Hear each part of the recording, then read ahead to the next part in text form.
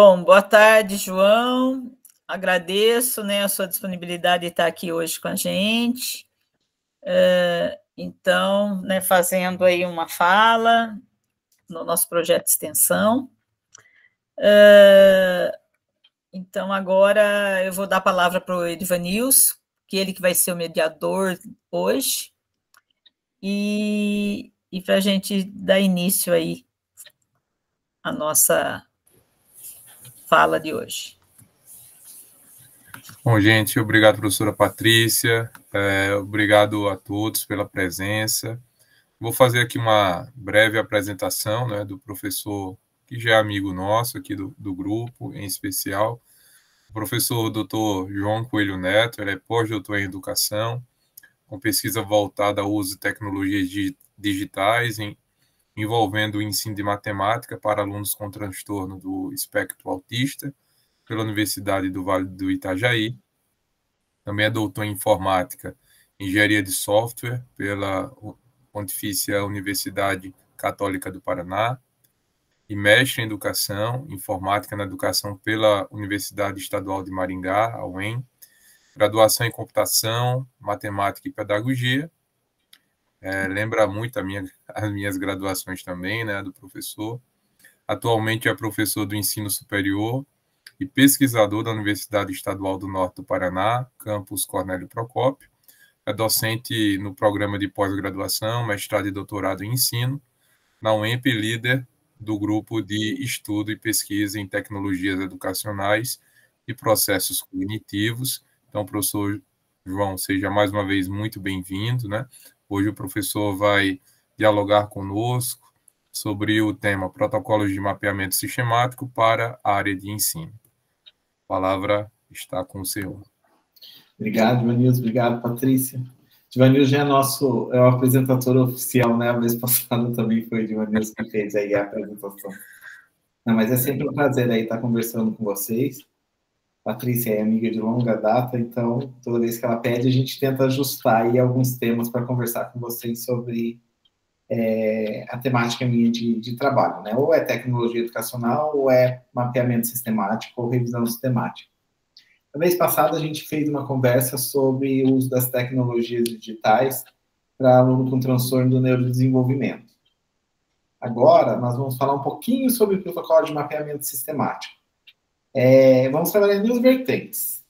O que é o protocolo de mapeamento e o protocolo de revisão sistemática. Deixar um pouquinho mais claro para vocês quais são as diferenças e como nós podemos trabalhar esses mapeamentos dentro da área de ensino ou qualquer outra área de conhecimento, né? Uma vez criado o protocolo, você gera em qualquer área de conhecimento, porque o importante é você gerar a string correta para se trabalhar dentro das bases de dados.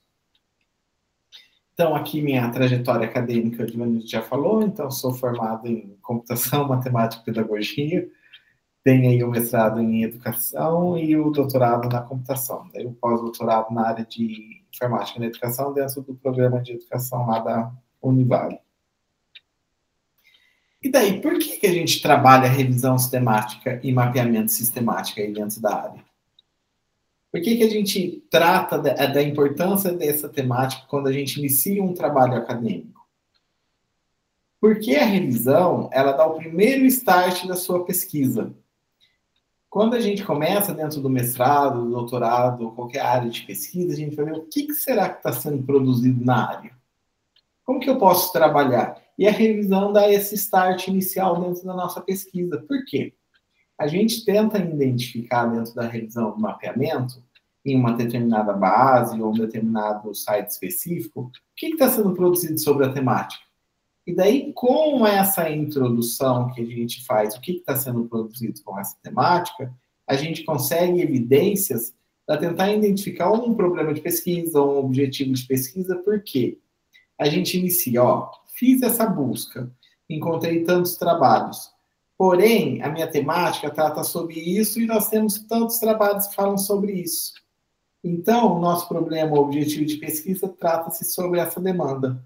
Então, a gente está aí trabalhando com o processo de evidências para deixar um pouco mais robusto o seu processo de trabalho. Então, vamos falar um pouquinho sobre o tema Depois eu vou mostrar dois aplicativos ou duas ferramentas que a gente consegue fazer esse processo de mapeamento. O primeiro é o Mendeley, que eu acho que a maioria conhece, e o Ryan, que é outro sistema de auxílio aí no seu mapeamento ou na sua revisão sistemática.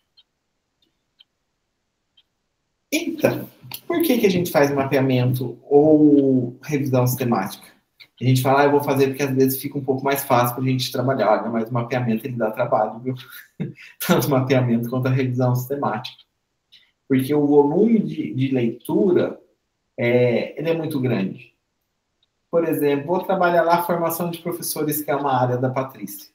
Se eu coloco formação de professores, eu vou ter aí milhões de trabalhos que falam sobre a temática. A importância da revisão é o que realmente eu quero dentro da formação de professores. Porque aí eu vou criando vínculos para tentar fazer esse mapeamento de forma que eu gere evidências específicas daquela temática. Porque se eu ponho mapeamento e vem um volume muito grande, a gente, às vezes, pode ter aí algumas não encaminhamentos de dados. Pode ser que você passe, até porque o mapeamento sistemático e a revisão, ele é um processo um pouco também manual, mesmo que a gente tenha aí ferramentas que dê auxílio para fazer essa revisão. Porque daí vai muito do olhar do pesquisador do que você quer. Porque você gerando a sua pergunta, problema da sua revisão, é onde você vai tentar chegar nos domínios da temática ou do objetivo que você queira trabalhar. Então, mapeamento e revisão sistemática é um método que existe muito foco, dedicação, organização e paciência. A paciência é um dos grandes pontos aí para você fazer uma revisão. Porque não adianta você baixar todos os artigos e tentar fazer a leitura num dia só, que você não vai conseguir. Porque o volume de dados que você gera e as consequências das informações, elas são, além de ser robustas, essas informações, tem que ter paciência para tentar identificar qual nicho de trabalho você quer seguir dentro de uma revisão. E cada etapa da revisão sistemática é muito organizada e documentada. Antes das ferramentas, o que a gente fazia em revisão sistemática, mapeamento? Acho que a maioria aí fez. Pegou um caderninho e ficou anotando, né? Ó, no site tal, encontrei tantos trabalhos desses autores. Daí vieram as ferramentas aí para auxiliar nós nessas opções de equilíbrio e de mapeamento aí dos dados. Mas toda a parte de organização e tentar encontrar se aquele artigo ou aquele trabalho é realmente do foco da sua pesquisa, daí é você, pesquisador, que vai fazer esse interesse. Então, é por isso que a revisão sistemática, mapeamento, qualquer técnica que você utilize para conseguir dados para a sua organização do seu aporte teórico ou para tentar identificar, ela é demorada, porque você tem que ter todos esses critérios aí de protocolo. E a revisão sistemática e o mapeamento, ele vem auxiliar porque a gente tem protocolos rígidos de pesquisa. Então, se a gente segue os protocolos de uma revisão sistemática, você cria aí evidências robustas que você gerou aí em uma determinada base, em um determinado momento, de informações que são realmente da sua temática. Então, as revisões temáticas, elas estão cada vez mais criteriosas e elaboradas. Por quê? É onde que você vai criando esses protocolos mais rígidos. Então, não é só, às vezes você tem técnicas de snowballing para trabalhar aí dentro da revisão sistemática. Você tem várias técnicas que você vai trabalhando para você fazer esse processo de evidências de dados, que é aí que vai gerando esses protocolos rígidos de pesquisa. A revisão sistemática, ela vem lá da área de médica, né, da área de saúde. Agora, imagina se a gente não tem um processo rigoroso dentro da área de saúde, porque a gente quer tentar identificar uma temática e dentro dessa temática a gente analisar as evidências que já foram produzidas. É aí que entra o processo de revisão sistemática. E é por isso que a revisão sistemática, ela se diferencia bastante do mapeamento ou de qualquer outra técnica de revisão que você trabalha, por causa dos protocolos rígidos de trabalho.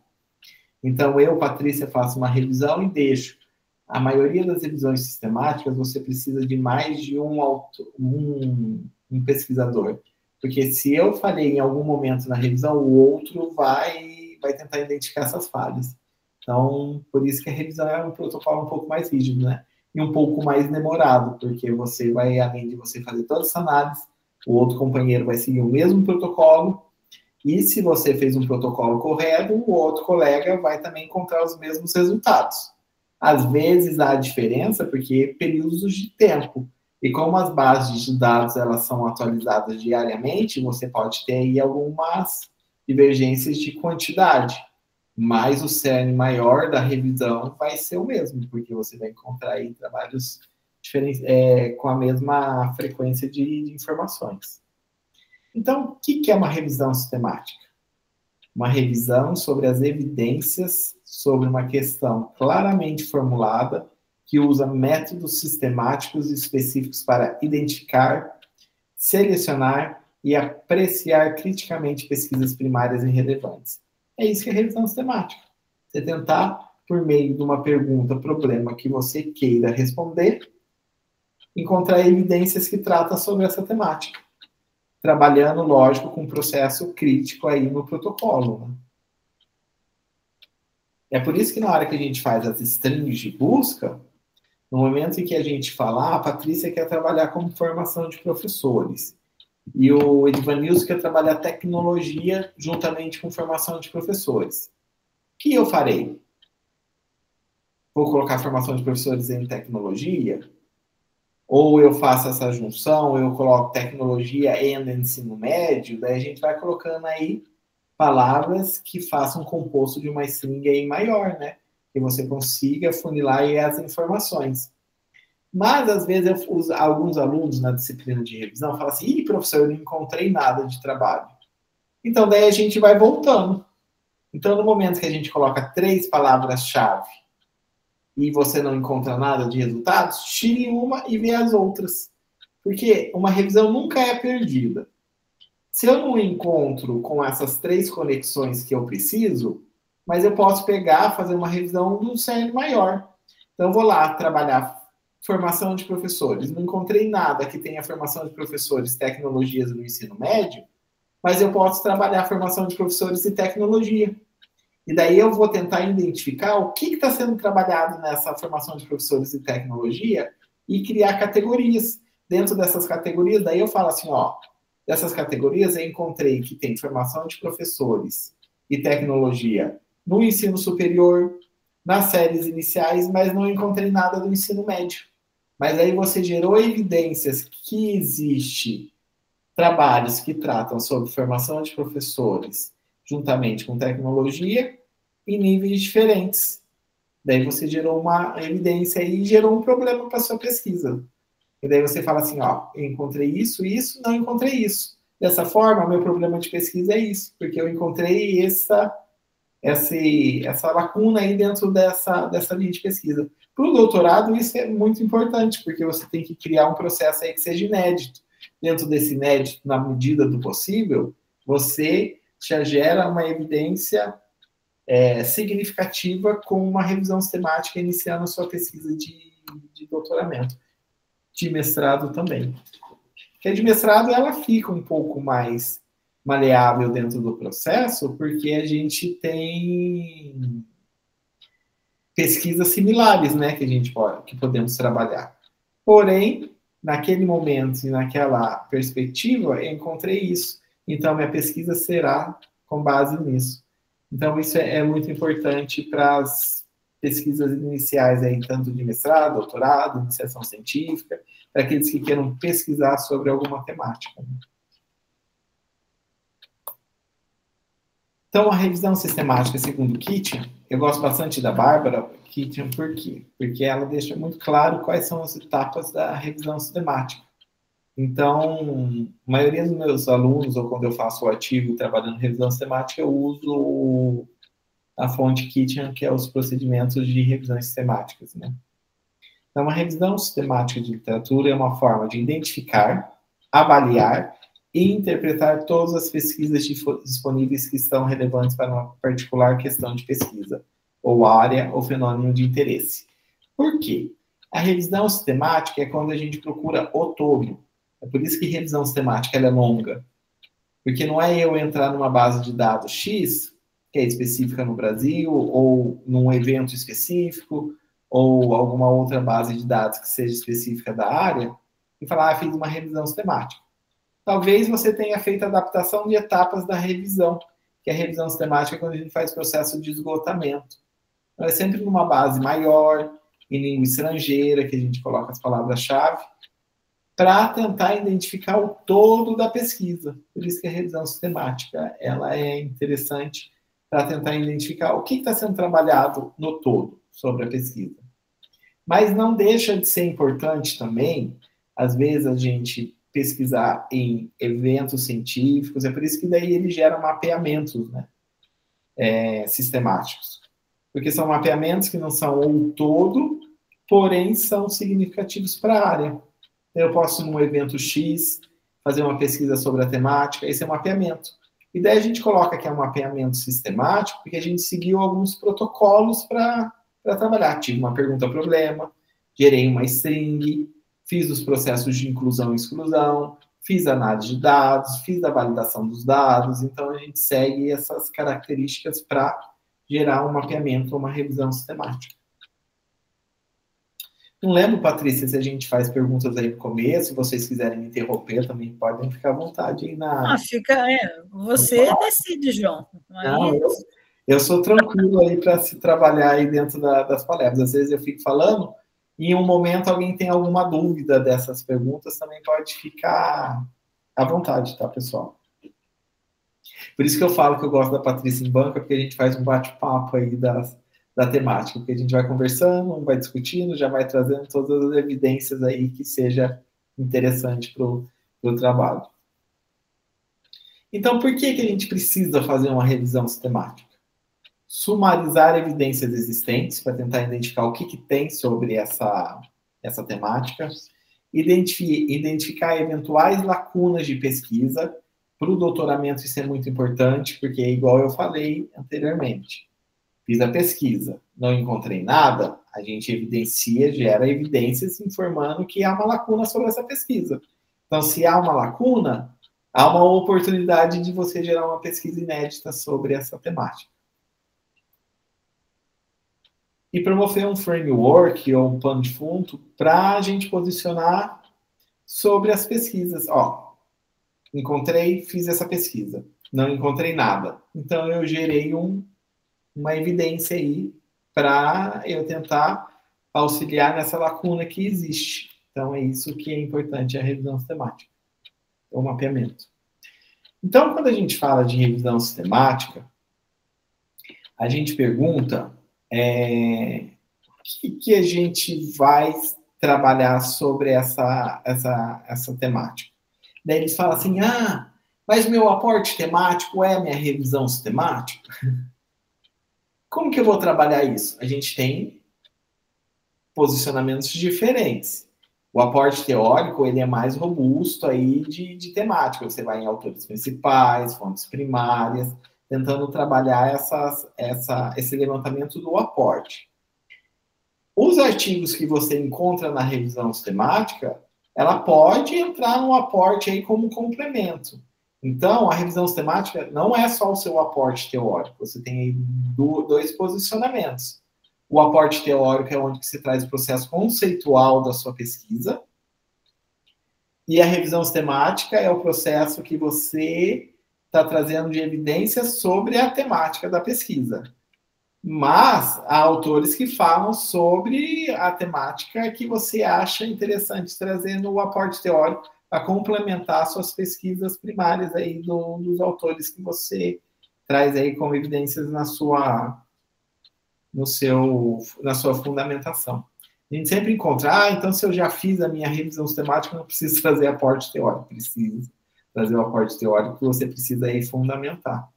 E daí eu até falo muito para os alunos assim, você terminou seu aporte teórico, terminou sua pesquisa. Volta lá no seu aporte teórico, vendo se você traz todos os fundamentos aí para sua análise, e se não tem coisa a mais, porque toda vez que tem coisa a mais na sua pesquisa que você não trouxe lá no seu aporte teórico, cria-se brechas para as bancas perguntarem, ué, por que você trouxe isso e não trouxe nada nas evidências de pesquisa ou de trabalho?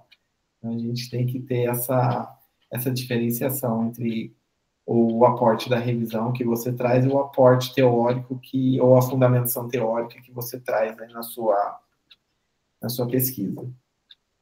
Eu até falo para os alunos, utiliza mais aporte teórico, porque é uma coisa um pouco menos robusta do que uma fundamentação teórica sobre a pesquisa.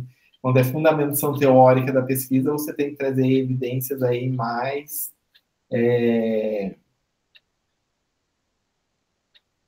autores que trazem de importância e relevância aí no seu trabalho. Então, você tem que trazer aí aspectos que criem aí um ambiente de fundamentação para se trabalhar. O aporte teórico, às vezes, você traz conceitos, mas não numa profundidade quanto da fundamentação teórica. Então, são termos aí que eu gosto de diferenciar aí dentro da pesquisa, que eu trago aí como diferenciação. Aporte e fundamentação. Eu acho que quando é a fundamentação, ele é um pouco mais robusto do que o aporte teórico. Mas quando a gente trata de revisão sistemática, a gente tem duas aí. A narrativa, que ela é um pouco menos complexa, porque você tem uns protocolos menos rígidos, mas você segue também protocolos, porque você, mesmo que não seja sistemática, que você tenha todas aquelas etapas que a Kitchen trata sobre a temática, mas a narrativa também você tem que criar um problema de pesquisa, você tem que criar quais palavras-chave que você quer pesquisar, porque se a gente não tem essas primeiras evidências em quaisquer tipos de revisão que você for tratar, a revisão se perde. Você, pesquisador, se perde dentro da pesquisa, porque daí você começa a pesquisar, você nunca vai terminar. Porque a gente tem que criar um ponto aí X dentro da revisão e do mapeamento, ou de qualquer outra coisa que a gente faça na pesquisa, porque senão ela não tem fim, né? Qualquer pesquisa que a gente faça, por isso que a gente limita-se então essa pergunta-problema que eu estou usando, quero responder essa pergunta-problema. Acabou-se. Mesmo que ela gera evidências a mais daquela pergunta, que daí você entra lá no final da sua pesquisa e coloca trabalhos futuros. Daí você fala, eu encontrei isso na minha revisão, porém, na revisão também encontrei esses seguintes fragmentos de pesquisa. Então, isso pode entrar para você criando aí evidências para próximas pesquisas e você já criando aí vínculos com essa temática. Então, quando a gente fala aí de revisão narrativa, ela não utiliza critérios explícitos e sistemáticos para a busca e análise crítica da literatura. A busca pelos estudos não precisam esgotar todas as fontes de informações. Já a revisão sistemática, além de você trabalhar todo aquele processo do mapeamento, você tem o processo de pesquisar o todo da temática que você queira pesquisar. Então, reúne e sistematiza os dados dos estudos primários, unidades de análise e todo o processo de recuperação dos dados. Por quê? Na hora que você você trata os dados dentro da revisão sistemática, você vai gerando evidências de buscas futuras, daí você gera lá o snowballing, porque daí você vai fazer as pesquisas das referências, dos autores que tratam sobre essa temática, daí você vai... Por isso que o snowballing é uma bola de neve que nunca acaba, porque da pesquisa você gera pesquisas dentro das referências que você encontra. E nós temos também as revisões terciárias. O que é as revisões terciárias que estão ficando trabalhando? Você está tendo bastante artigos que falam sobre revisões terciárias, que são revisões de revisões. Porque às vezes a gente tem uma revisão sistemática que a gente fez até um período e houve alguma alteração significativa que você queira fazer a revisão daquela revisão. Daí você vai utilizar os mesmos protocolos, as mesmas técnicas utilizadas e atualizar a revisão sistemática. Daí ela vira uma revisão terciária. A revisão terciária é uma revisão sistemática das revisões sistemáticas. A gente fala, a gente pode fazer revisão sistemática de revisão sistemática? Se ela for significativa, sim. Mas agora, você fazer uma revisão sistemática numa revisão que já existe e não teve, assim, alguma alteração significativa, tudo bem. Daí eu acho que não há necessidade de você ficar fazendo, porque daí você já gera evidências que já foram publicadas. Mas se há alteração de algum documento novo, se há alteração da temática que você queira, então a revisão terciária ela é importante também para nós tratarmos dentro de uma pesquisa, tá?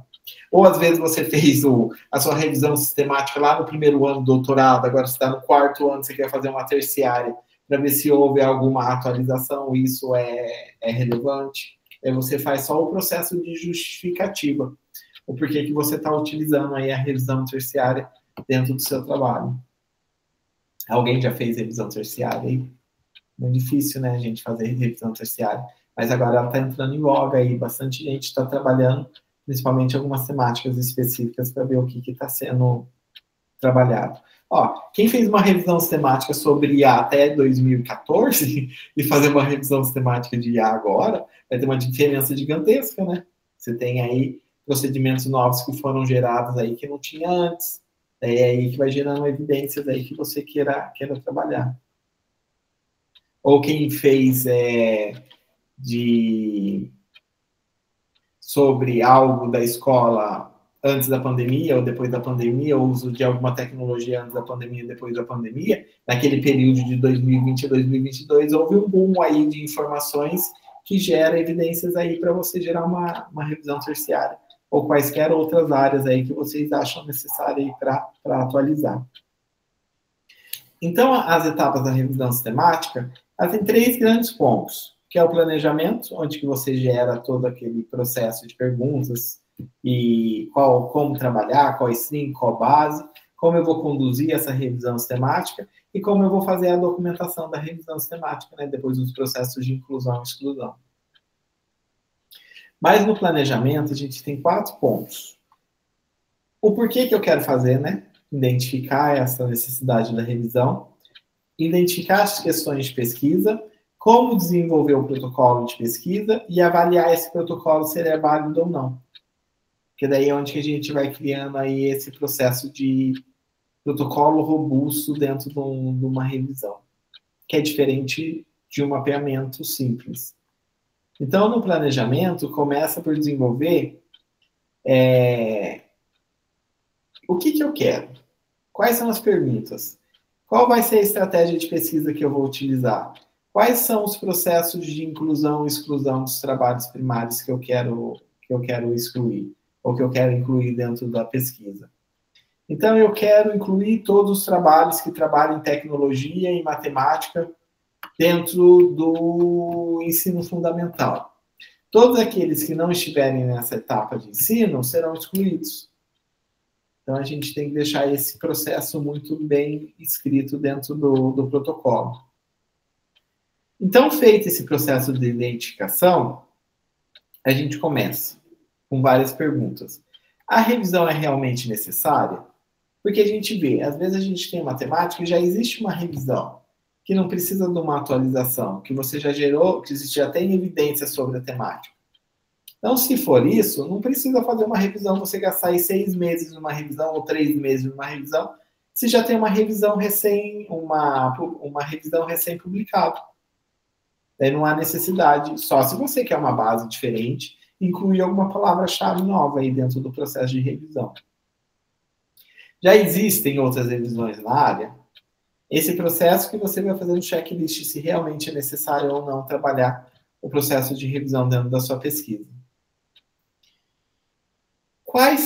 Quando a gente entra no processo de planejamento, por isso que eu falo, a revisão ela é trabalhosa e demorada, porque a gente vai. Quais são os objetivos da minha revisão? O que eu quero da revisão? O que eu quero responder?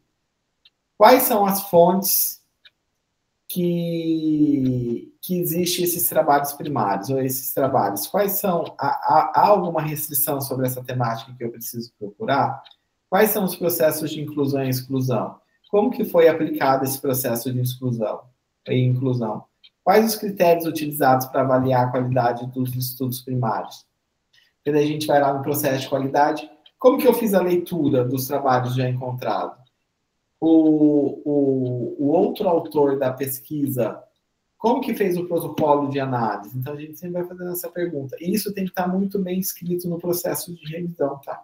Lá no protocolo, lá no seu encaminhamento metodológico da revisão.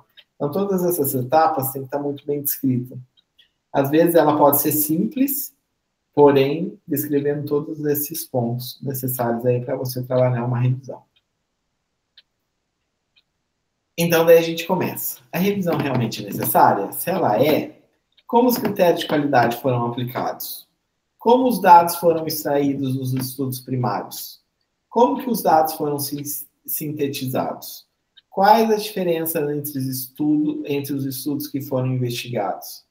Como os dados foram combinados? Seria razoável combinar os estudos? As conclusões decorrem da evidência? Você vê que a gente vai fazendo um monte de pergunta aí durante a revisão. Porque, às vezes, eu faço uma pergunta-problema ou um objetivo de pesquisa dentro da revisão, daí eu vou avaliar, chego lá no final, mas ele nem respondeu a pergunta, o que são esses dados? Daí, porque é isso que é interessante um protocolo rígido de pesquisa. Porque senão o pesquisador se perde aí dentro da pesquisa e o que você queria procurar inicialmente, você não consegue responder e nem traz evidência sobre a revisão. Então, para que eu fiz a revisão? Não fiz, eu fiquei 6 meses sem precisar, ou o período que eu fiquei na revisão aí sistemática, ou no mapeamento, sem gerar evidências do realmente o que eu queria dentro da pesquisa. Apesar que uma pesquisa, quaisquer pesquisas que você trabalha aí dentro da temática, se você não tiver um protocolo rígido, lá na sua metodologia, ela muito bem escrita, a gente se perde, porque a gente não consegue daí encontrar. Quando a gente está em bancas aí de mestrado, de doutorado, o que a gente vai analisar primeiramente? Chega lá na pergunta, olha as etapas da metodologia, vê se os resultados eles são condizentes com isso e tenta fazer esse cruzamento de informações. A revisão é a mesma coisa. A gente tem que deixar muito bem claro que evidência que eu quero e como que eu quero gerar essa evidência dentro do trabalho. Aqui daí vem os processos de critérios de inclusão e exclusão. Como que eu estou fazendo esse critério? Será que realmente o que eu quero incluir é o que está lá no meu objetivo de pesquisa? Ou o que eu quero excluir, ele faz parte, pode gerar um trabalho futuro? Porque eu tô excluindo trabalhos que não sejam do ensino fundamental. Mas eu quero trabalhos, eu posso gerar evidências que sejam do ensino médio ou do ensino superior. Então, a gente, além de criar esses protocolos de inclusão e exclusão, mas a gente também está gerando outras evidências que podem gerar outras revisões ou outras pesquisas. Então, isso a gente também tem que deixar bem claro lá na revisão, no finalzinho da conclusão. Pesquisei no ensino fundamental, mas encontrei também isso no ensino médio. Então, gera-se evidência sobre isso. Então, daí você pode até inserir, posso criar outros trabalhos que tratam sobre essa temática em outros níveis de ensino. Os avaliadores avaliaram a qualidade, aí que eu falo que tem que ter 2 pesquisadores aí trabalhando junto, ou mais pesquisadores da área. Por quê? Se eu faço um processo de revisão, encontro dados, às vezes eu não gerou aí um vácuo aí dentro da revisão que eu deixei passar. O outro pesquisador dele encontra. É por isso que esse entra o processo de qualidade dentro de uma revisão, porque passa-se por um pesquisador e passa-se pelo outro, então é porque seu protocolo ele está bem escrito. Porque se você consegue replicar um protocolo, é porque ele está muito bom detalhado. Então, se o primeiro fez e o outro conseguiu seguir o mesmo protocolo e chegar nos mesmos resultados, aí é porque seu protocolo ele entrou no processo de validação de qualidade e ele está aí com processos robustos aí de etapas, tá? Aqui eu trago esse site do Centro de Inovação para a Educação Brasileira, ele traz várias evidências sobre tecnologias educacionais. Aqui eu trago porque a gente, como é da minha área de tecnologia, então, caso alguém tenha interesse em ver algumas revisões sistemáticas que falam sobre a temática de letramento, matemática, letramento de língua portuguesa, socioemocionais, então a gente houve uma equipe aí de pesquisadores selecionados que trabalhou pesquisando sobre a temática. Eu mesmo trabalhei sobre descalculia. Daí há outros temas aí de pesquisas que tratam sobre letramento matemático, aí que seja de interesse de vocês. Então, nesse site aí tem os protocolos gerais aí das revisões, eu acho que é interessante ver, porque daí você segue como é um protocolo rígido aí de revisão e como que eu posso replicá-lo aí dentro da minha pesquisa e da minha temática. Desenvolver o protocolo de pesquisa, então, se esse protocolo ele utilizou métodos que seja replicável ou de fácil análise de replicação, se há possibilidade de viés de outros pesquisadores analisando, e se é possível a seleção de estudos individuais e análise possa conduzir a expectativa dos pesquisadores, aí para ver. Encontrei isso, outras temáticas são importantes, porém, meu protocolo de revisão trouxe evidências à minha pergunta inicial. É isso que a gente trata aí dentro desses protocolos. Sempre volte. Esses resultados, eles estão condizentes com a minha pergunta, problema ou com o meu objetivo de pesquisa? Era realmente isso que eu queria quando eu fui fazendo as perguntas? Porque quando a gente faz uma pergunta de pesquisa, você pode fazer uma pergunta de pesquisa do artigo, quais tecnologias educacionais estão sendo utilizadas com o ensino da matemática para alunos com TEA? Essa é a minha pergunta geral aí da pesquisa. Daí, dessa pergunta geral, eu tenho várias outras perguntas, que daí você vai gerando também para tentar responder. Quais tecnologias? Daí você vai. Quais são os níveis de ensino que estão sendo trabalhados? Quais são as áreas, quais são os países que estão pesquisando sobre a temática? Quais são os grupos de pesquisa? Houve validação com pessoas ou é só o levantamento dos artigos? Quais foram as evidências que foram encontradas com o uso da tecnologia? Você viu que várias perguntas vão sendo geradas aí dentro de uma pergunta maior? Às vezes você quer saber só quais tecnologias foram, mas daí dessas quais tecnologias, como você vai gerando evidências, você encontra mais outras fontes aí de pesquisas que você pode trazer dentro da sua revisão. Mostrando principalmente qual é o impacto dessas tecnologias, como essas tecnologias foram conduzidas, houve algum protocolo para a sua aplicação, daí você vai trazendo aí outras evidências dentro da revisão. Então, e aqui ele fala muito bem que na área de medicina, os protocolos de revisão geralmente são submetidos à revisão pelos pares, tá? Sempre tem mais um aí. Eu acho que a revisão sistemática, para ser aí trabalhada de forma robusta, ela tem que passar pelos pares, porque daí se a gente perder alguma coisa, o outro encontra aí dentro da revisão.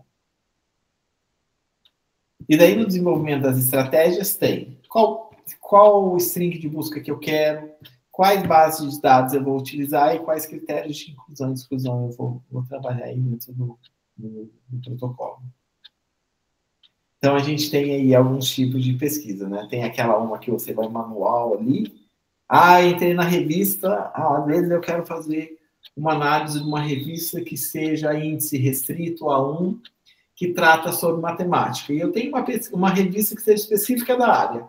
Daí eu vou lá, ou eu faço o processo manual mesmo, com o caderninho montando, ou eu vou em busca e daí a gente vai nesse processo manual aí.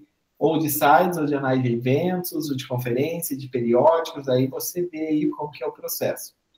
Que há possibilidade de ter bastante erro quando a gente faz processo manual, tá?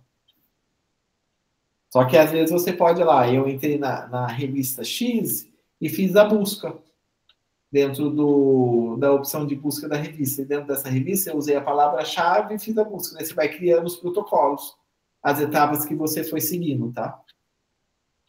A busca automática, que daí é onde que a gente vai em bibliotecas, gera o RIS de pesquisa, dentro desse RIS, que são a base de dados, você gera dentro dos protocolos, ou do Mendeley, ou de qualquer outra plataforma ou ferramenta que você utilize aí para fazer análise, daí ela é um pouco mais automatizada dentro dessa busca. Vou trazer aí 2 exemplos para vocês como que a gente faz essa busca automática. Que daí a gente tem aí Google Scholar, o Scopus, periódico CAPES, que são os mais utilizados aí. Mas quando a gente quer fazer uma pesquisa com um todo maior, aí vai no Scopus, porque daí a indexação dela é maior, né? Dentro das outras bases de dados. Porque às vezes há revistas que estão indexadas no Scopus que não estão no periódico CAPES. E daí a gente tem os tipos de busca, né? Que é o snowballing, quando analisamos as listas de referência dos artigos em busca de novos estudos. Aqui utilizando bases de dados que sejam mais relevantes.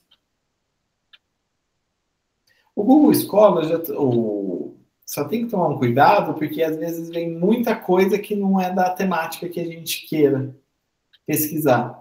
Então, só tem que dar um processo de refinamento aí dentro do Google, mas ele também traz muitas evidências que são importantes aí para uma pesquisa que seja inicial aí da temática. E às vezes o que tem no Google Scholar são publicações que não vão aparecer nem no periódico CAPES, nem no Scopus, porque ou é de algum evento, alguma coisa, porque ele vai procurando tudo que tem aí nos algoritmos de busca do Google, né? Então é interessante também fazer uma busca inicial aí da string. Os protocolos de inclusão e exclusão. Então, geralmente, na revisão sistemática, a gente não utiliza a literatura cinzenta, tá? Que é o livro, tese, dissertações. Quando a gente fala na revisão sistemática, e um dos pontos que a gente utiliza, e revisões sistemáticas também a gente não utiliza dentro da revisão, é um dos critérios de exclusão. Daí fala, por que a gente não utiliza literatura cinzenta na revisão? Porque a gente vai pelo item que é periódicos que já foram avaliados pelos pares.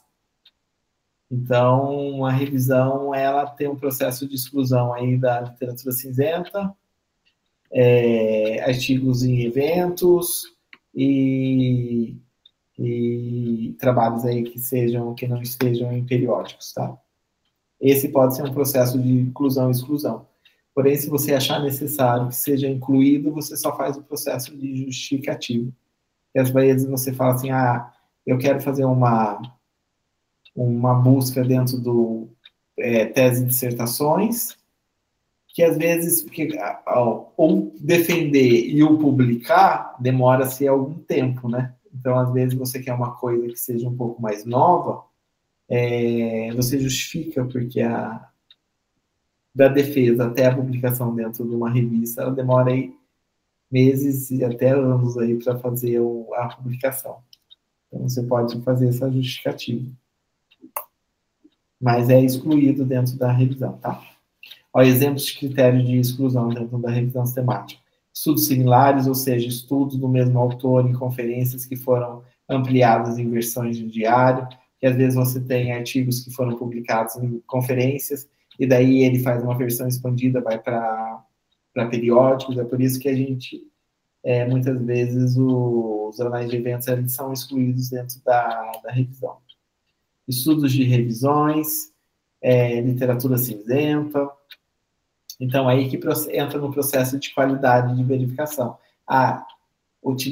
Fiz a exclusão do artigos que sejam de literatura cinzenta, que sejam em conferências, e mesmo assim, quando a gente joga dentro das bases de dados, às vezes vem onde que a gente vai fazendo os processos de exclusão, tá? E ele tem uma opçãozinha que coloca, foi excluído porque é de conferência, foi excluído porque é duplicado.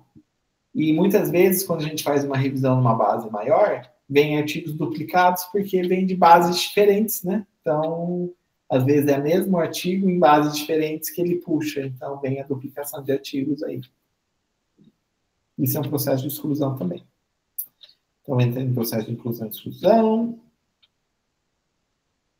E aqui entra agora as dicas aí de fazer as revisões.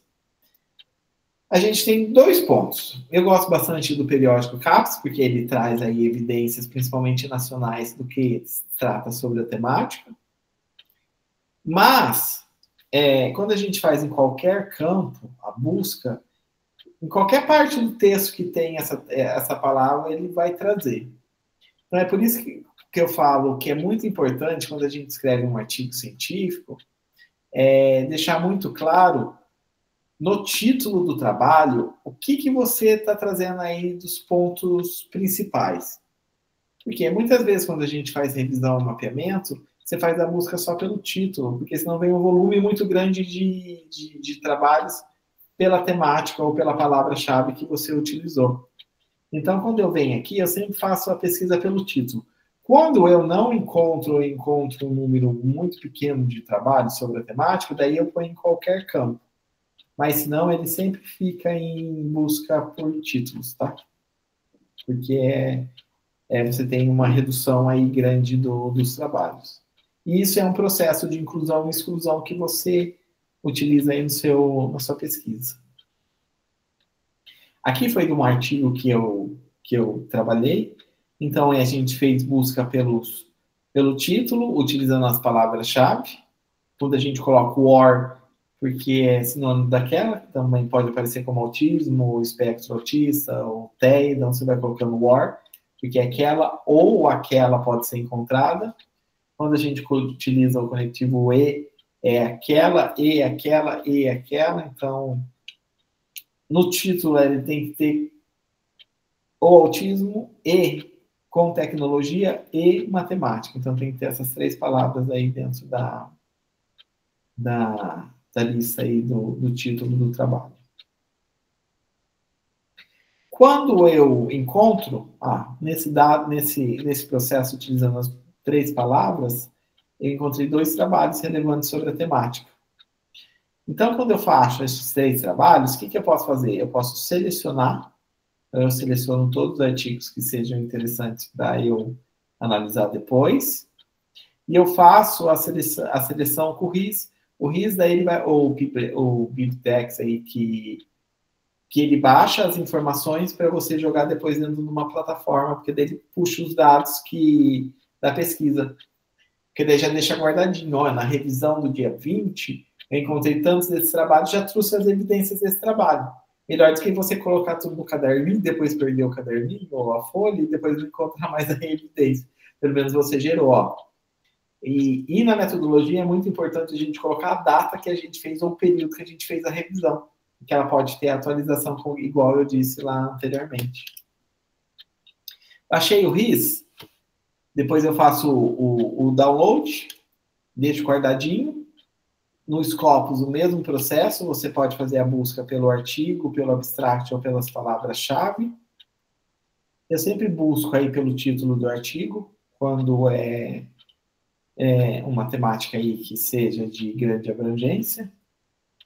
Faço a mesma coisa, seleciono tudo e baixo no RIS, que a gente faz, ou no BibTeX, aí você escolhe. E no Scopus, o interessante é que se eu entro no artigo e quero ver o que está tendo de atualização desses artigos, a gente pode colocar um alerta aqui, ó. Que é que nem a pessoa, que nem a Patrícia publicou lá no Scopus.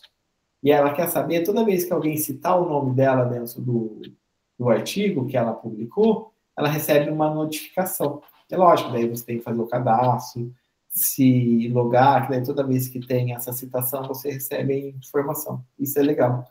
E daí a gente vê, ou algum artigo que é relevante para a sua tese, você vê o que está sendo a quantidade de citações que estão sendo trabalhadas aí dentro do trabalho. E no Scopus ainda ele traz os trabalhos que são relacionados dessa temática. Daí você tem mais evidências aí de trabalho.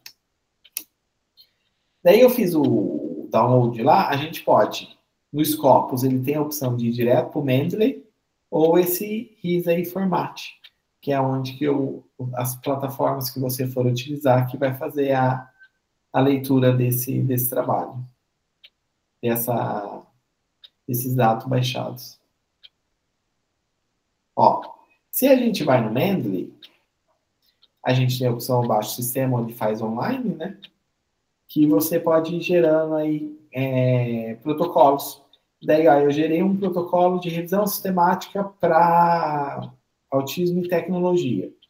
Criei aí o processo, criei um Note, né, que é a coleção que eu quero trabalhar, ou como se fosse uma pastinha.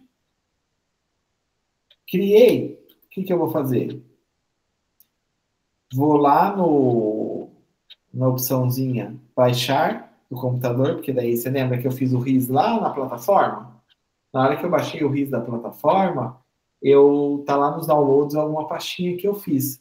Daí é só puxar do computador, utilizando essa base aqui, que é essa extensão RIS, que daí ele vai trazer todos os artigos que eu encontrei.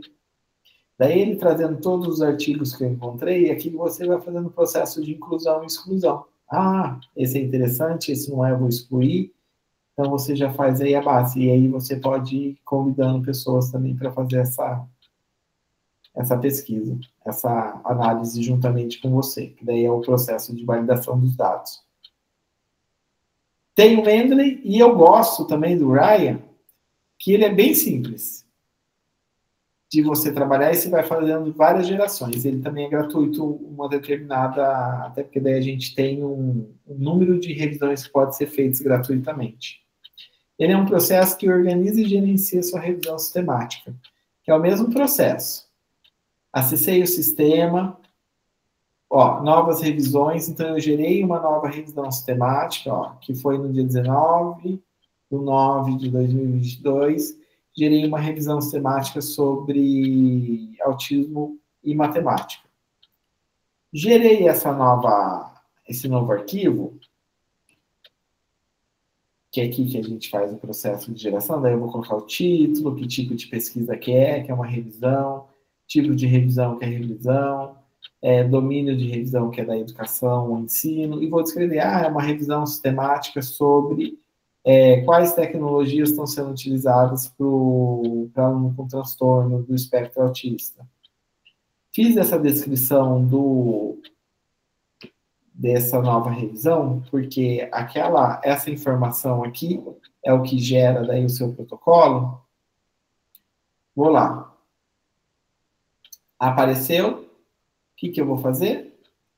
Selecionar os dados. Na hora que eu seleciono os dados, ele vai baixando tudo para mim também. E esse é interessante, a gente tem a opção de fazer o convite de pessoas. E daí você vai gerando vários pesquisadores aí que possam ser convidados para trabalhar juntamente com a sua revisão. Então, fiz essa revisão, daí eu vou lá. Ele aparece várias palavras, ele faz aquela nuvem de palavras, porque daí ele vê quais palavras apareceram mais vezes dentro da sua revisão. Então, você vai mostrando aí várias opções aí de trabalho. E daí você vai trazendo aí palavras para exclusão, várias palavras que foram aparecendo, e daí você gera, cliquei em cima, você põe a mãozinha, é incluído, porque ele faz sobre o processo. Esse de baixo, não é sobre a pesquisa que eu estou querendo, então eu vou lá, tem a opção de excluir. E tem umas que você pode colocar talvez, porque você fala assim, preciso fazer uma leitura mais profunda desse artigo. Porque daí você deixa ele mais para frente para fazer análise de inclusão ou exclusão.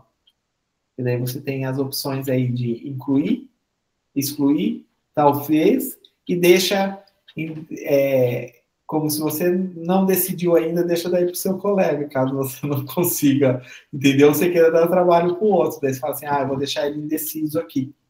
Porque eu não sei nem se ele ou se vai fazer parte, para fazer uma leitura um pouco mais profunda sobre o trabalho. E daí eu volto de novo. Quando eu faço um protocolo de revisão, o que eu preciso ter? Qual geração de string que foi feita? Então, você tem que deixar muito claro qual a string que você trabalhou nas bases de dados. Quais foram as questões de pesquisa que você trabalhou? Qual foi a base de dados? E quais foram os resultados que você encontrou, que daí foi os processos de inclusão e exclusão. Por que eu fiz isso? O que eu incluí? O que eu excluí numa pesquisa? Esses são os pontos principais que precisam aparecer, tanto no mapeamento quanto numa revisão sistemática. Tá? E daí, quando eu vou falando, o que eu incluo? Estudos que devem apresentar pelo menos uma tecnologia no contexto de ensino matemática para aluno com TEA, na educação básica. Esse é o meu processo de inclusão. Então, tudo que tiver gerado com tecnologia nesse contexto, eu vou incluir. E o que eu vou excluir? Estudo que seja duplicado, estudo com menos de 5 páginas, que é o short paper, estudo desenvolvido fora do contexto educacional, porque quando a gente trabalha com autismo ou com algum tipo de transtorno, vem muito processo clínico, mesmo sendo para a área do ensino, é um processo clínico, daí ele é excluído dentro do meu trabalho. Idiomas que não seja português ou inglês, porque nesse contexto daí era só o inglês e português, mas aí você pode colocar qualquer outra língua que você queira excluir. Estudo que não abordem o uso das tecnologias digitais, estudo que não esteja relacionado com a tecnologia no ensino de matemática, estudo publicado antes de 2009, que você pode fazer esse intervalo de busca, estudo que seja fora do contexto da educação básica, estudo secundário ou terciário, literatura cinzenta. Você viu quanta informação que você consegue deixar aí claro para o leitor ou para quem quer ir a fazer novamente replicar sua revisão sistemática? É isso que você precisa deixar aí muito bem claro na sua revisão que você está desenvolvendo. E isso é um ambiente que sai do Ryan, ó. Ele mostra quais foram as palavras-chave que você encontrou, ele mostra que lá você vai colocando, eu excluí porque ele era de uma conferência, eu excluí porque ele era um livro, eu excluí porque ele era um capítulo de livro. Muitas vezes o Ryan ele consegue fazer essa identificação, mas muitas vezes ele é no processo manual. Então ele vai aparecendo aqui, ó, do trabalho da base de dados que eu puxei o RIS lá no Scopus, ele veio X trabalhos, desses trabalhos são 34 de artigos, 11 de conferências, 5 de aqueles short papers, 4 de livros e 1 de capítulos de livro. Daí ele vai mostrando todas as revistas que faz parte, a quantidade no período do ano que você escolheu, os principais autores, ó, esse book apareceu 4 vezes dentro do trabalho. Então, você vê quantas entradas de trabalho, de informação que são delineadas aí dentro desse protocolo de revisão que foi feito, e como essa ferramenta auxilia aí nesses processos de mapeamento e de classificação e organização da revisão sistemática. O que a gente fazia no caderninho lá atrás, ou na planilha, a gente faz agora de forma sistemática. Está errado utilizar a planilha ou caderninho? Às vezes, para você, naquele momento, é muito fácil utilizar, às vezes você consegue se organizar. Mas as ferramentas, elas vieram aí para tentar auxiliar e sistematizar essas informações que a gente vai trabalhando. E ela deixa um pouco mais robusta mesmo as informações, porque ela vai gerando aí informações que vai dando aí uma ênfase maior nos seus dados. Eu tive publicado recentemente não, foi em 2022, um artigo de revisão sistemática que mostra todos os protocolos de revisão, trabalhando snowballing, como fazer esses critérios de inclusão, como processo de exclusão.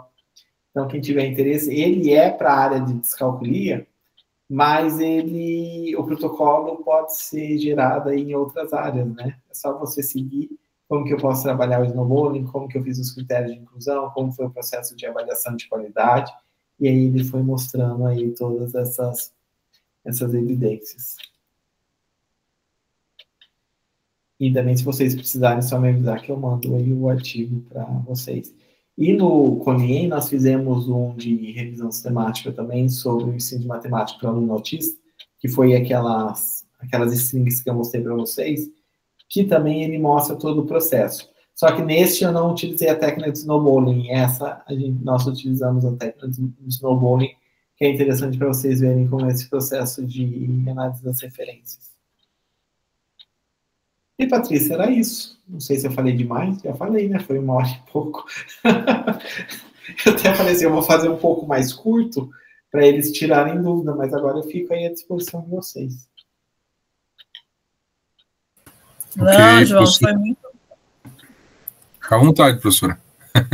Não, só falando que realmente foi muito bom. Eu acho que agora é hora das dúvidas aí, quem tiver, né? Isso.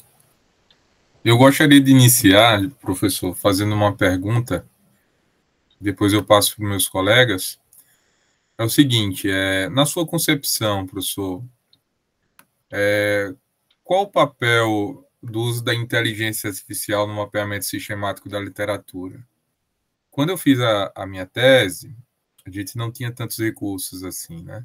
Então, eu utilizei o mapeamento, a técnica de mapeamento, você bem sabe, tive o prazer de tê-lo na minha banca, mas hoje, atualmente, muita coisa mudou, né? E aí eu queria saber a opinião do senhor, né? Qual a sua concepção nesse sentido? E se o senhor acha interessante esse mecanismo, né? Quais são as ferramentas baseadas em IA que o senhor recomenda para pesquisadores em educação, né, matemática, que desejam realizar um mapeamento sistemático de literatura com IA? Se existe alguma ferramenta que pode ser utilizada. E aí fica a pergunta. Aí eu vou deixar isso para os próximos capítulos. É que, bem, na verdade, Ivanilson, eu não usei ainda a técnica de IA. Mas o mês passado eu fiz um curso de IA e ele trata sobre o processo de revisão. Há ferramentas que fazem esse processo de revisão e ele traz muito bem esse processo de mapeamento e organização. Porque daí ele gera árvores de informações, fica muito legal aí dentro do trabalho. Mas eu não utilizei e eu acho que é válido se você consiga utilizar aí que venha favorecer seu trabalho. Como a IA ela é válida, desde que você venha com ela para contribuir, né, dentro da pesquisa, dentro da geração de informação. Joia, professor. Muito obrigado, então. Passa a palavra aí. Nós temos um professor agora. Esses dias, só fazendo um comentário em relação que conversando com o Gerson falou que ele estava em banca de TCC, né, de graduação, e ele falou assim: professora, nós temos que reprovar um monte de aluno. Eles usaram IA. Então, eu acho que mais do que usar IA, tem que saber qual é a IA que vai usar, né? Porque o que aconteceu? Ele falou assim, não, ela gerava até as referências, tudo, só que quando você ia buscar, não existia isso. Não tinha nada disso. Tem que usar com parcimônia. E aí teve que ser reprovados os alunos. Então, você sabe que dentro da revisão, como eu não utilizei, então não tem como eu mostrar ou falar alguma coisa de evidências. Mas o processo que ela traz de evidência, como ela mostra todo o gráfico de conexões, isso eu acho interessante. Mas o pesquisador tem que fazer todo o processo, porque se há falha, como que a gente vai saber? Então, a gente tem que seguir, né, todo o pesquisador dentro do processo. Porque, na verdade, assim, teve uma etapa na nossa pesquisa de doutorado que nós utilizamos um software de análise de dados qualitativos.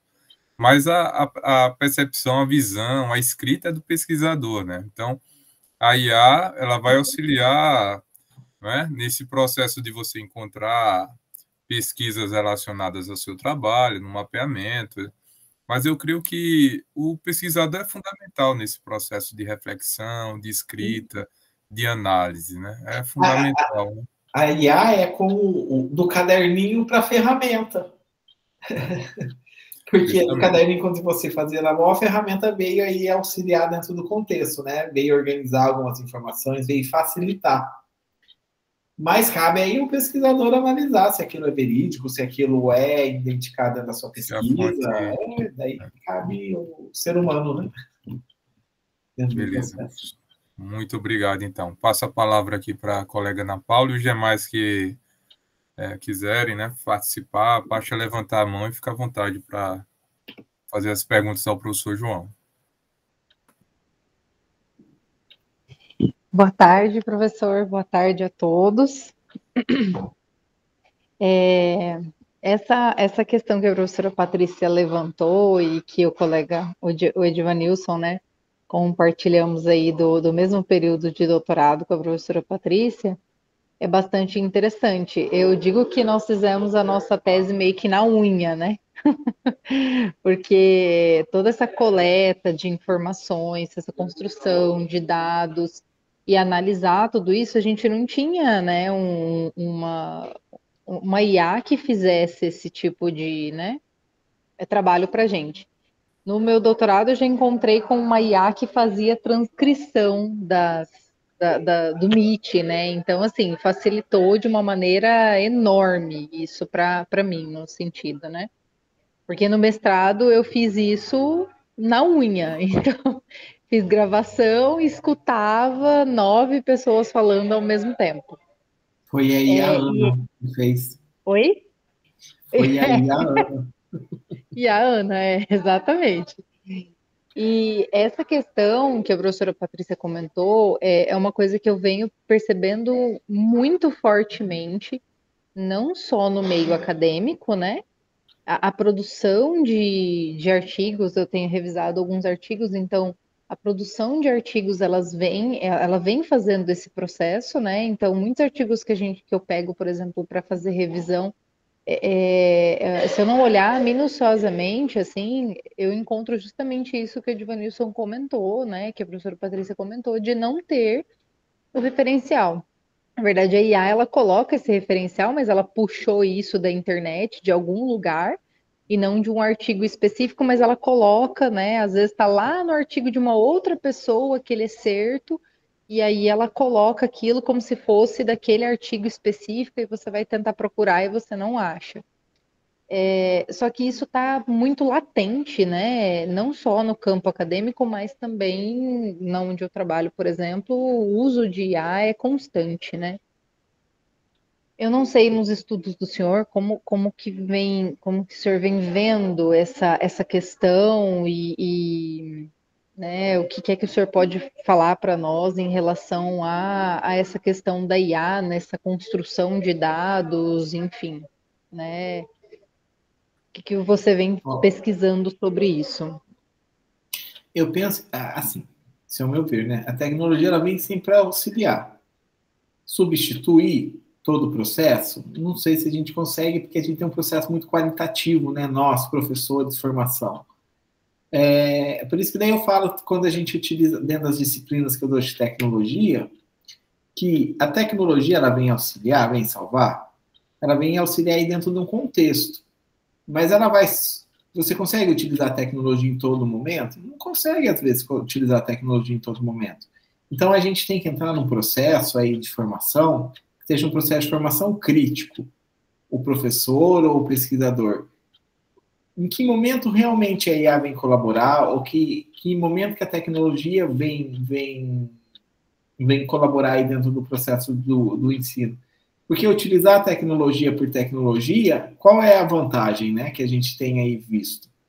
Qual é a vantagem de utilizar a tecnologia dentro do processo de formação de professores? Eu acho que vem aí a gente formar professores criticamente para tentar utilizar isso de forma que vem favorecer dentro do processo de construção de conhecimento.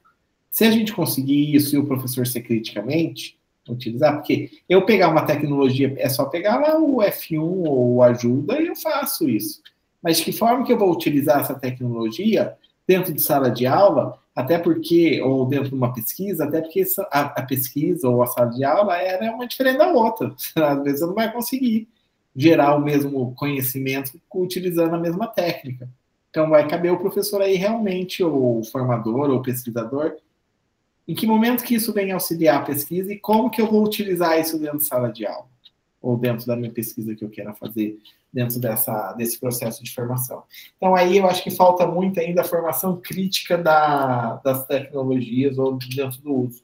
E às vezes vira uma moda querer utilizar algo que não seja, que venha favorecer dentro do contexto. Né? Exato, é uma questão bastante importante essa que o senhor levantou, porque, de fato, em alguns campos, ela está se tornando algo muito. Vamos usar e ela está aí para usar, sabe? E vai produzindo coisas, e vai produzindo, e vai produzindo, e vai produzindo, e aí a gente não tem esse atrelamento, esse elo entre justamente também a característica, né, a escrita da própria pessoa que está ali escrevendo. E, de fato, a IA, ela está ali para auxiliar, ela produz para você, por exemplo, se você... essas árvores, né, que o senhor comentou, é muito fantástico, porque se você pede para ela, por exemplo, dar uma quantidade de artigos para ela e pede para ela produzir, por exemplo, uma aula, ou então pede para ela produzir um artigo, ele te dá uma árvore ali em relação a todos esses artigos que você mesmo colocou, ou então que você pediu para ela buscar. Mas assim, Mas o vai fato caber a de você gente saber se aquilo é verídico ou não, né? e para saber se é verídico ou não, querendo ou não, eu penso, né, assim, leiga ainda nesse campo, porque minha área é formação de professor, mas eu sou leiga na questão da IA, eu estou começando a fazer esse processo de estudar IA, né? Precisa ter essa criticidade, porque o professor ele precisa entender daquilo que ele está falando. Se ele não vai daquilo que ele está vendo na IA, porque se ele não leu o artigo que ele colocou lá, se ele também só aceitou o artigo que ela trouxe para ele, né? O que virou isso, né? Não, mas O que você que falou um ponto interessante, porque às vezes eu ouço, a IA agora tem que ser utilizada, né? Tudo que em momento. A gente está saindo um pouco da pesquisa de revisão, mas ela não deixa de ser revisão, porque ela tenta trabalhar técnicas aí dentro do processo.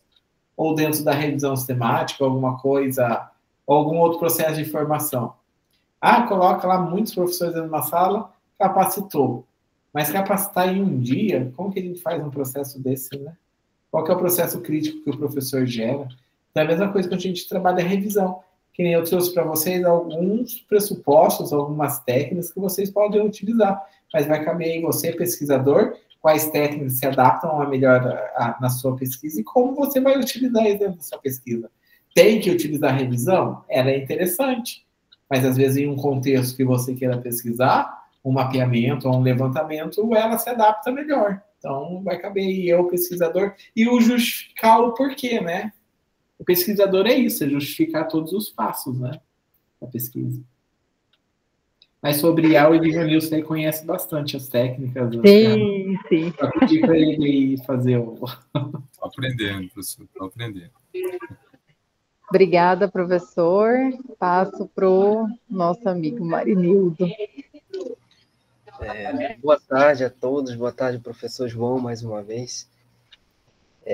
Vendo aí, ouvindo as discussões, né, tão importante, cada discussão é relevante, né, para cá, para o nosso grupo de pesquisa, uma vez que vai despertando outras curiosidades também, né, e coisas que estão aí acontecendo e nós não estamos longe dessa realidade, né, nós estamos praticamente dentro de tudo isso.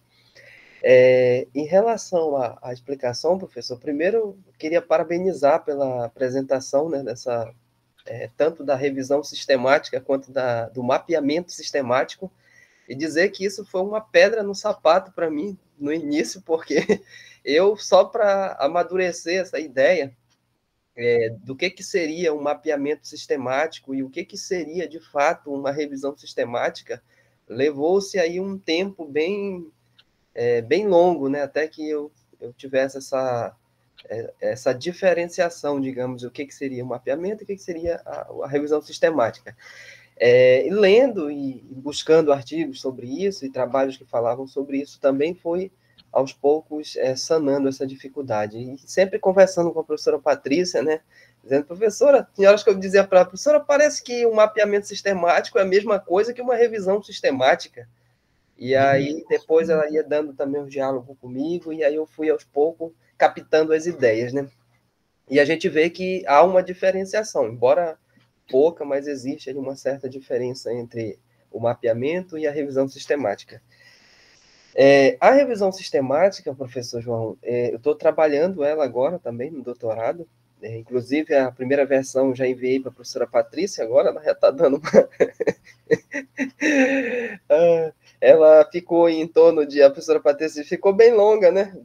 47 páginas, né? Foi bem um trabalho muito exaustivo, então, como o senhor bem comentou aqui, não é fácil, e assim, vendo cada etapa que o senhor foi apresentando aqui, e eu fui recordando, né, todas essas etapas, desde ali da questão do problema de pesquisa, né, que tem que estar muito bem alinhado, aí depois a questão das exclusões e inclusão também, quais são esses processos de inclusão e exclusão, como que eu tomei essas decisões e como que isso também foi feito, né?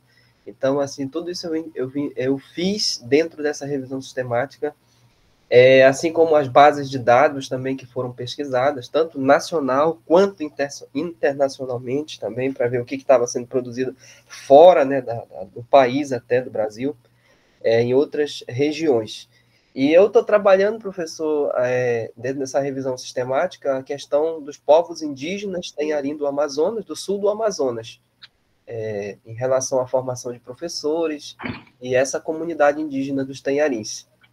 E uma coisa bem interessante e que surgiu, né, também ao longo dessa busca é que... Está travando, está cortando aí. Oi, estão ouvindo, professor? Não está não, Patrícia, aqui está tranquilo. Então deve ser... Então é a minha internet aqui que está dando piti. Eu acho Pode que continuar. Sim. Então, assim, professor, várias coisas foram surgindo, né, ao longo dessa busca e coisas interessantíssimas que vão aparecendo ao longo dessa revisão. E o quanto que isso foi, assim, potente, né, para mim tomar algumas decisões em relação à minha pesquisa. Uma das situações que foi bem, assim, interessante é que eu consegui, de fato, ir afunilando, né, no campo de pesquisa até chegar na minha lacuna de pesquisa, que era, por exemplo, verificar, né, as questões dos artefatos culturais dos povos indígenas, o que eles produzem, né, de artefatos culturais voltado, digamos, à geometria desse povo. Então, assim, fui verificando que existe pouquíssimos, raramente encontrei algum trabalho que falasse sobre isso. Então, assim, foi bem interessante, e outras coisas também que foram surgindo, né, ao longo dessa busca. Então, eu acredito ser uma ferramenta uma técnica muito potente, né, a revisão sistemática de literatura. Mas, assim, a pergunta, professor, só para esclarecer também o que eu venho fazendo e explicar, e também fazer o elo, né, com tudo que o senhor explicou aí, que estava muito bem claro, assim, o senhor foi explicando, tudo que o senhor estava explicando veio, assim, de novo na minha mente, né, cada situação e melhorando. Se eu tivesse que fazer outra revisão hoje, por exemplo, já iria fazer um pouco mais diferente do que eu fiz, com novas estratégias, talvez, né? Mas você sabe por que você vai fazendo melhor? Porque você entra no processo crítico do conhecimento. Então, você vai vendo as etapas, o que você errou, o que você ia melhorar. Então, isso é o crescimento do pesquisador dentro da área, né? Você vai sempre tentando trazer outras novas perspectivas. Exatamente, professor. E assim, a pergunta que eu queria fazer para o senhor também é se é possível, é só uma pergunta que eu tenho dúvida também, se é possível ter uma pesquisa somente a nível de doutorado, vamos supor, somente com uma revisão sistemática da literatura, se isso é possível. Você sabe que tem programas, agora eu não me lembro quais são os países, não sei se é Suécia, eles trabalham só de revisão. É um trabalho robusto aí de trabalho, e daí entra várias técnicas, né? Então é um pessoal, Rolim, eu acho que é um dos grandes pesquisadores que falam sobre a temática. E tem sim. Correto, professor. Em relação às bases de dados, que o senhor assim, tem muito mais experiência do que eu... Eu acho que dissertação tem várias, né? A Patrícia faz parte aí de bancas. Acho que dissertação tem várias que falam sobre só de revisão, principalmente os programas acadêmicos, né? Tese também você encontra, mas assim, com os critérios de revisão sistemática, tem grupos aí que fazem um trabalho aí bem robusto da temática. Entendi, professor. Em relação às bases de dados também, que o senhor tem mais experiência nessa área, o senhor diria que até quantas bases de dados seria necessário para se fazer uma pesquisa? Olha, às vezes você utiliza uma que seja robusta, aí você pega a Scopus, tem uma indexação gigantesca, ainda mais que ela gera o todo aí, porque tem não só Brasil, né, tem várias, ela já dá conta. Periódico CAPES também eu acho muito legal o algoritmo de busca deles, que vem bastante base. Se você quer fazer uma literatura que seja literatura cinzenta, que é de tese e dissertações também, você consegue fazer. Então, é só criando critérios e justificando o porquê que você está trabalhando da temática. E você encontrou bastante trabalho? Um spoiler do seu... Mesmo que não foi publicado, eu acho que tem que esperar publicar. Eu acho que, hein, professora Patrícia, eu acho que ele deveria estar na minha apresentação da última... Eu fiz uma apresentação, professor João. Quer falar um pouco, professora, sobre a... Olha, porque 47 páginas de uma revisão sistemática é quase um livro. Eu não li ainda. Há dois encontros atrás, ele fez uma apresentação, né? Mas a hora que ele falou para mim, tanto é que está para mim ler, eu não consegui ainda, não tive fôlego para ler as 47 páginas. Mas realmente você acha assim, né?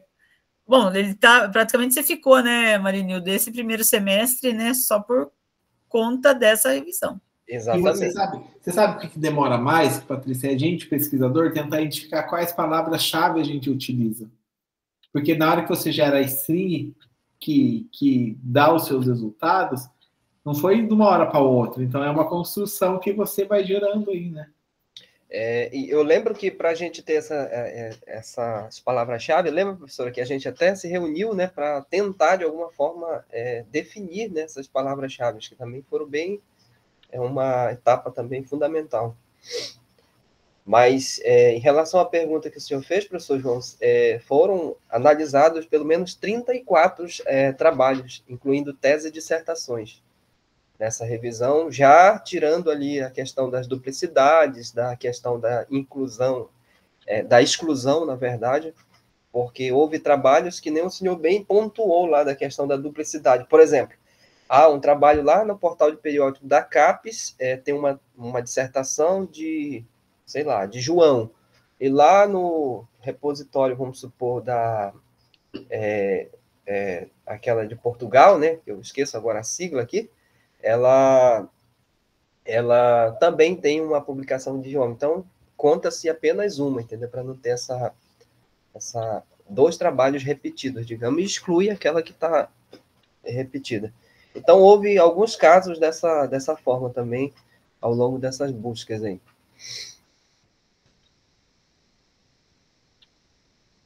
É um trabalho. Mas, assim, foi um trabalho bem... Eu dizia para a professora Patrícia, eu não estou mais dando conta, os cabelos estão caindo tudo da cabeça, meti a mão, estava... Já vinha. Eu fiz tanta revisão sistemática que é muito exaustivo, é preciso uma organização muito grande, e eu marcava as coisas aqui, tinha vezes que eu tinha que voltar lá de novo, e às vezes já não encontra mais aquilo, e vai anotando no computador, e tem horas que a coisa vai ficando tão grande, que parece que a gente quase que não vai ter controle daquilo, mas... Enfim, tá dando certo. Não, assim, nós temos ainda um viés, que a revisão, quando a gente anda uma revista um pouco com um indexador maior, é um ano, né? E daí, às vezes, os trabalhadores pedem, você poderia fazer a atualização? daí volta todo o processo. Mas grande parte do que você encontrou tem que estar lá, porque como o seu protocolo, se for rígido e ele estiver adequado, na hora que você replica, ele tem que dar os mesmos resultados, né? Sim, corretamente. Isso aí. Bom, da minha parte, alguém mais quer fazer alguma pergunta, comentário, professor João?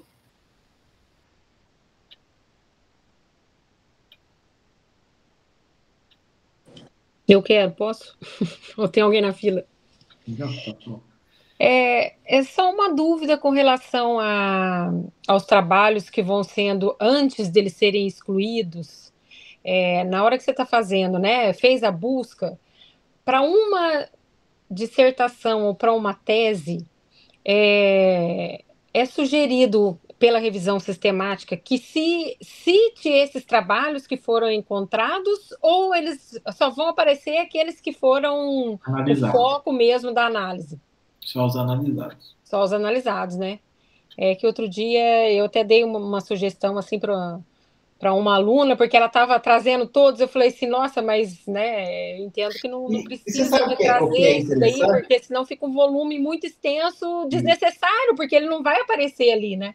Não aparece naquela revisão, mas você pode fazer um outro mapeamento só de conferência, porque às vezes aparecem conferências, ou de uma outra temática. Então, daquela revisão, você pode gerar outras evidências aí de pesquisa, né? Entendi. Ok. Mas para a revisão sistemática, que é o foco que você quer, só os que você só coloca Só os que vão ser. Entendi. E eu acho, professor João, que aí também Obrigada. entra aquela questão que o senhor falou, que abre um espaço para outras pesquisas também, né? Ah, essa pesquisa foi excluída desse pesquisador, mas ele pode ir em busca daquela pesquisa, o que não foi importante. É por isso que a gente pesquisador, nós temos que dar um ponto numa revisão, na pesquisa, porque a gente começa a ler, vai aparecendo tantas opções que a gente começa a correr para o outro. E você sabe que o grupo de pesquisa, igual da Patrícia, que de vocês, é bem fazendo aí uma propaganda do seu grupo, porque como é da mesma temática, sempre trabalhando no mesmo contexto, um colega pode ir auxiliando o outro numa revisão sistemática, e todo mundo meio que sabe o que o outro está fazendo. Por exemplo, você encontrou trabalhos que talvez a Karine poderia ter, ou o Edvanilson, assim, eu encontrei trabalho que é da sua temática, então daí vai trazendo aí auxílio aí para todo mundo. E a revisão é isso mesmo, a revisão vem aí auxiliar aí uma temática que está à procura, né? O que você queira sobre essa temática. Vixe, eu conheço o grupo de vocês desde do início.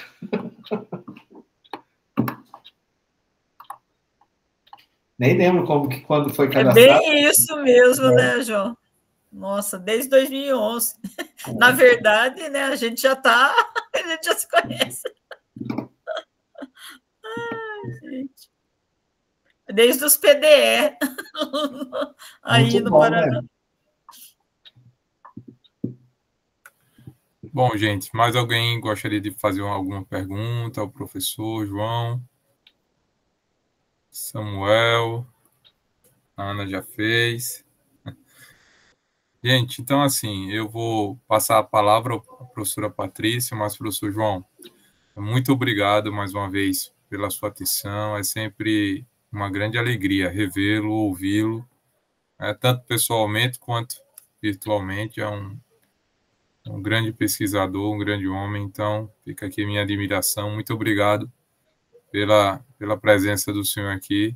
É muito bom ouvir e rever estudos relacionados ao mapeamento e revisão sistemática de literatura. Então, vai passando um filme na nossa cabeça, né? Já utilizei, o Marinildo aí tá na luta dele, né? Buscando aí utilizar, mas enfim, é uma técnica que realmente eu gosto muito, e quem já utilizou uma vez fica condicionado a utilizar outras vezes, né?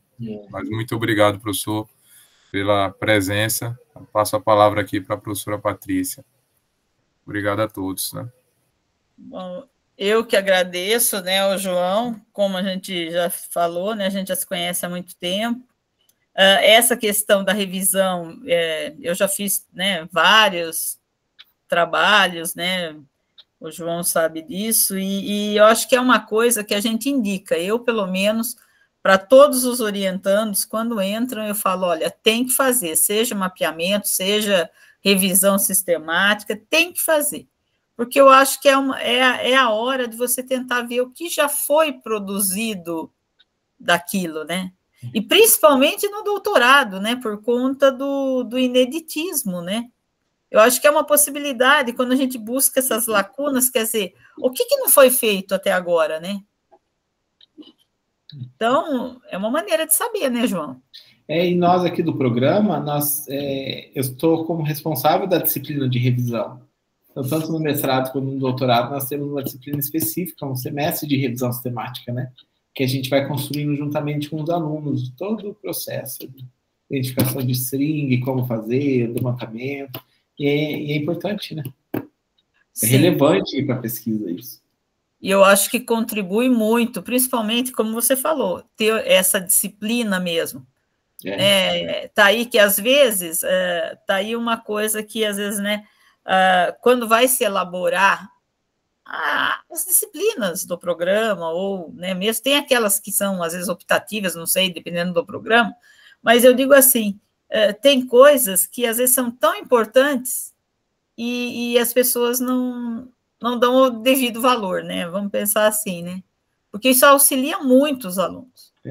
A bem da verdade, é uma das primeiras publicações que você tem, né? Do trabalho seu. Exatamente. Onde você vai gerando aí evidências realmente, da sua pesquisa, né?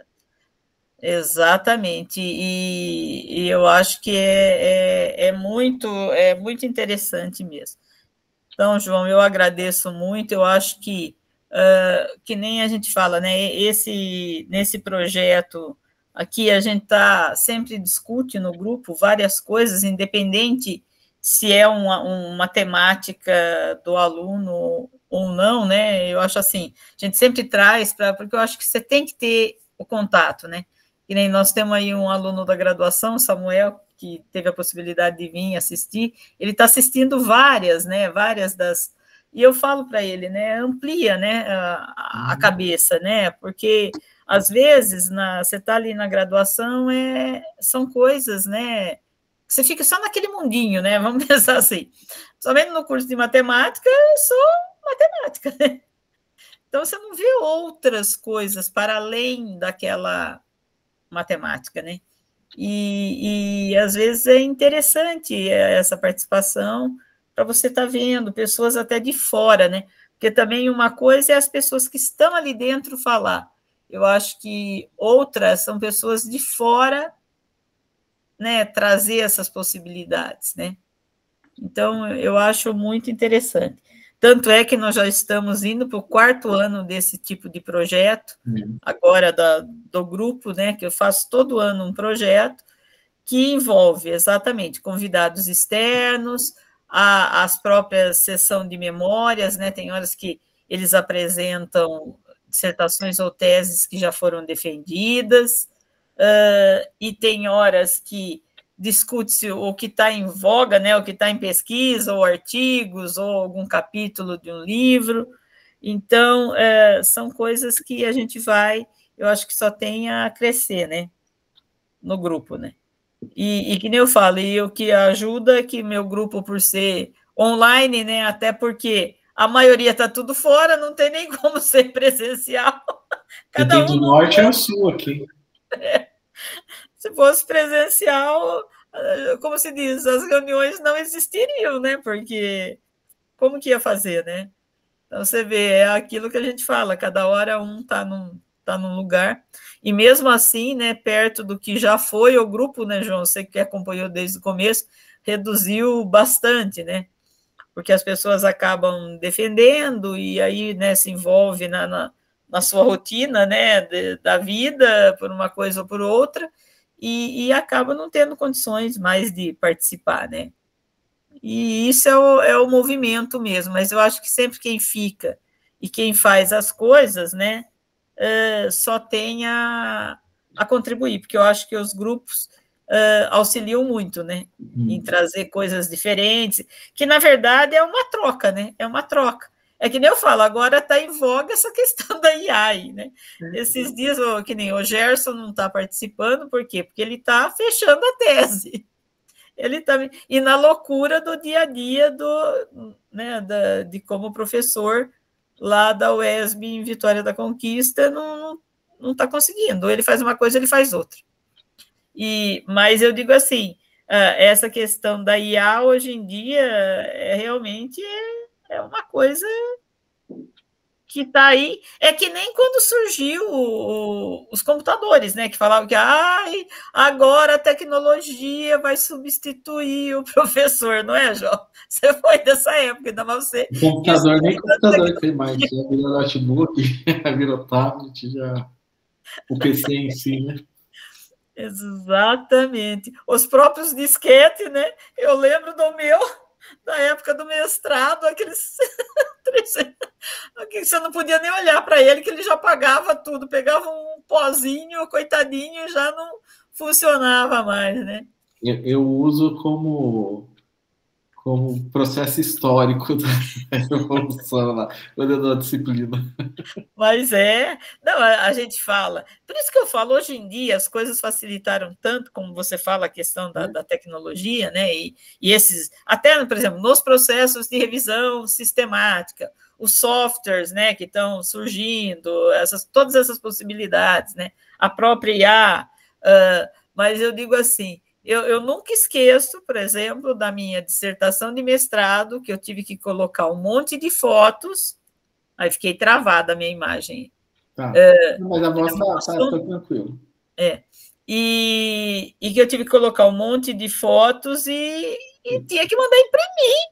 Quer dizer, você tinha que ir numa loja. Fecha a câmera e abre de novo, Patrícia. Acho que Você tinha que mandar imprimir, né, as fotos para poder, pelo jeito, você tinha que mandar imprimir. E depois, como que você ia colar aquilo no papel? E hoje em dia, né, com o tempo, com a tecnologia, não, você insere a foto, tal, imprime, a foto já está lá. Então, tudo é uma aprendizagem, né? Quer dizer, eu sou da época, eu sou professora, né? Não é à toa que eu já estou na beira da aposentadoria, né? Na época do mimeógrafo, né? Quer dizer, que a gente saía tudo roxo dos carbonos lá, né?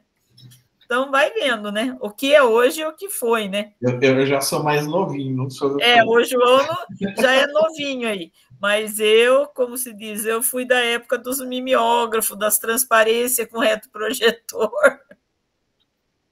Então, professora, e a gente fica, a senhora falando sobre isso, né? Eu fico pensando no acervo, né? A quantidade de disquetes, né? Dos mais diversos tipos e anos armazenados, né? E para a gente buscar agora leitores específicos para ler esses dados que o professor o Biratã armazenava e ele ainda guardava, né? Guardava tudo, hein? E todo esse processo é importante, né? Todo processo que né, é importante. Depois os níveis que vão se passando aí. As marcas históricas, né? E geralmente armazenava-se poucos dados, né? Mas os dados que armazenava-se pode ser é interessante no campo da tecnologia, porque diferentemente do campo antropológico, que o homem deixa marcas em rocha e você vê anos e anos e anos, né? O nosso processo de armazenamento de dados é mais volátil, né? Porque numa mídia de dados, você não tem como armazenar esse tempo todo, né? As memórias, enfim, as fitas magnéticas, o que é concebido não tem embora armazene uma grande quantidade de informação, mas não tem essa longevidade toda. E aí a nossa preocupação em preservar esses dados e recuperar, né, muitos materiais do acervo. Aí eu já estou fazendo uma ponte com o arquivo pessoal lá do professor Biratã, do Centro de Documentação. Com certeza, realmente é uma loucura, né? E até o próprio papel, né? A gente está falando da questão da tecnologia, mas o próprio papel, né? O papel também apaga, né? Então, são coisas que...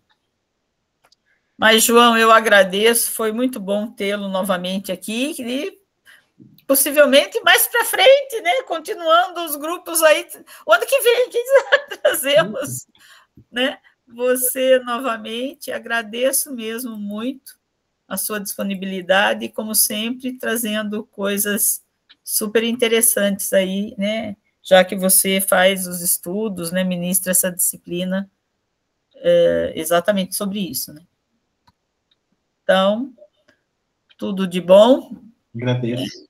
Agora, para sair a foto, eu quero ver, né? Que eu estou aqui toda recortada. Acho que eu vou sair da sala e... voltou. Se você sair, você desliga só.